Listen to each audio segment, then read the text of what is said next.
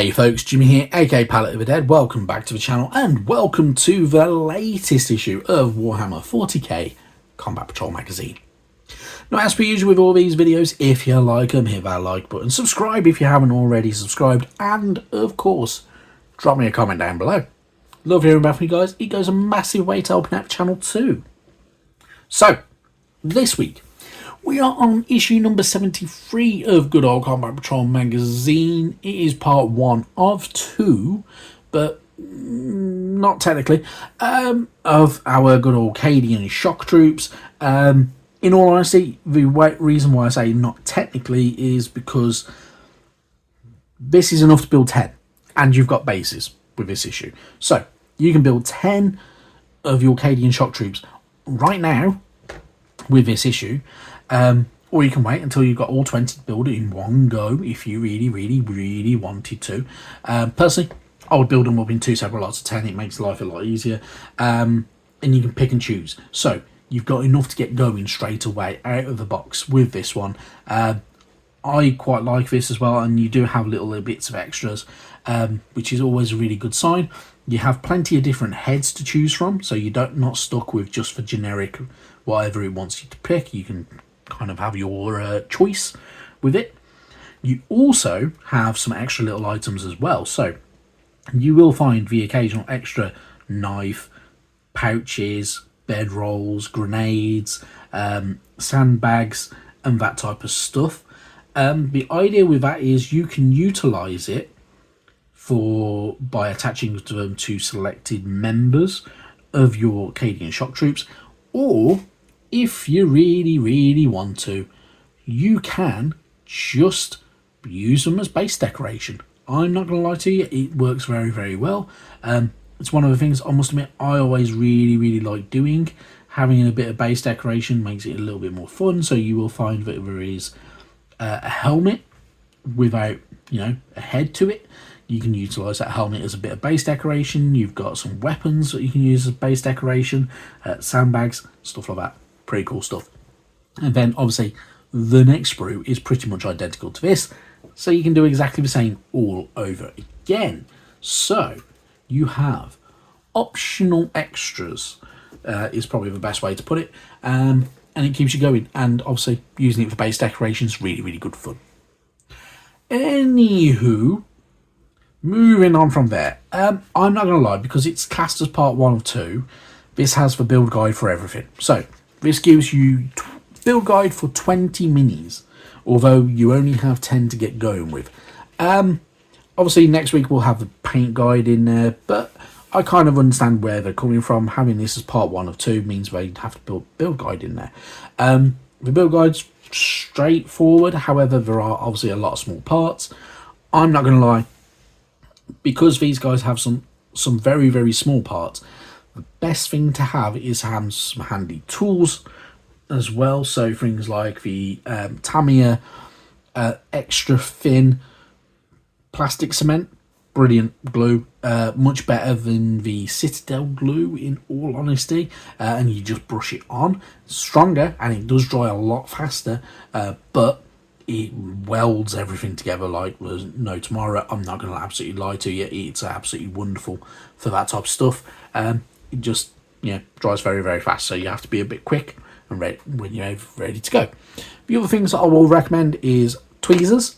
Get yourself an okay pair of tweezers. You don't have to spend like 15 to 20 quid on a pair of Citadel tweezers or something daft like that. Get yourself some cheap ones from Amazon. You'll do exactly the same job that you need it to do. May not be the best. I mean, I've got some that are a bit flimsy, so they don't hold things very well, but they do exactly what you need them to do. The other thing I will always recommend is sanding sticks. You can get these from Amazon, and you can get in different grits. Obviously, the lower the number of grit means the rougher it's going to be. If you want something to get things really nice and smooth, you're going to want a very high number and that type of thing. But it makes your minis look a little bit smoother. You can round off edges, you can kind of remove the mold lines and that type of thing, and even some of the the little tabs that are left over as well, without using one of the silly little mold line removers that GW want you to use. Sanding sticks are even better. Anywho, enough rambling on about sanding sticks and tools and bits and pieces. Yeah, you've got some really, really good options, but obviously these guys have a lot of little parts to them, so you're going to need to be careful, which is why I suggest tweezers.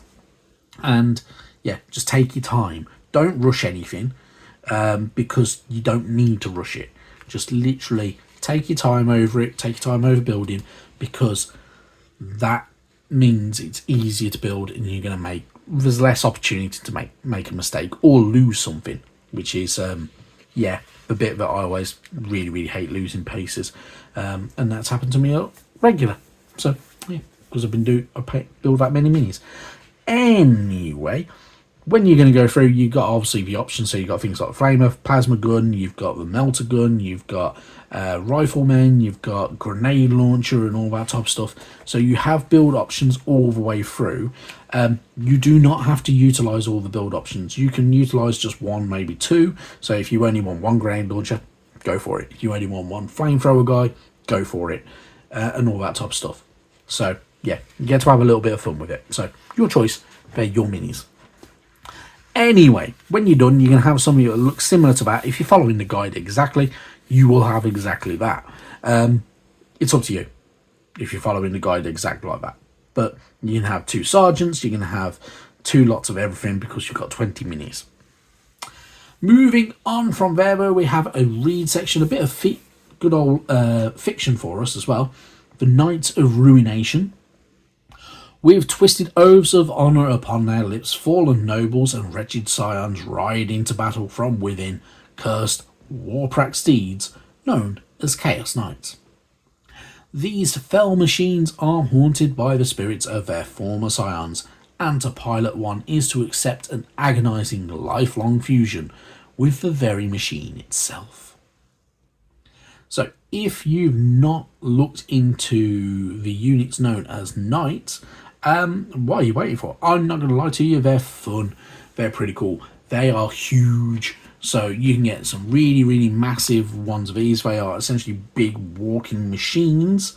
You can get them for the Chaos factions, you can get the kind of your good old more honourable Ultramarines, you can use them for White Scars, you can add them to a hit here, there and everywhere.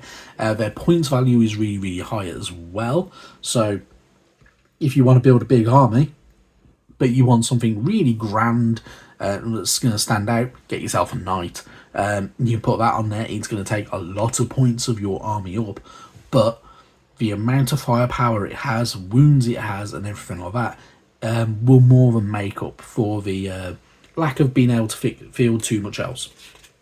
So yeah, pretty cool stuff. I've not read all this story at all. I probably will go through it because it's its own little standalone one, but yeah, pretty good stuff, and the Knights are pretty cool, pretty interesting.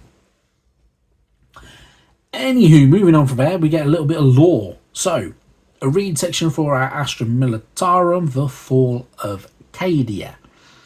The fortress world of Cadia stood strong for thousands of years, a formidable imperial bastion against the teeming horrors that emerged from the Eye of Terror. Even after its destruction, the name Cadia endures across the Imperium as a byword for defiance, and its legacy still lives on in the brave Cadian shock troops. It was at the apex of Abandoned Spoiler's 13th Black Crusade that Cadia fell. For millennia, the legendary fortress world had defended the Imperium from the incursions of the Chaos forces.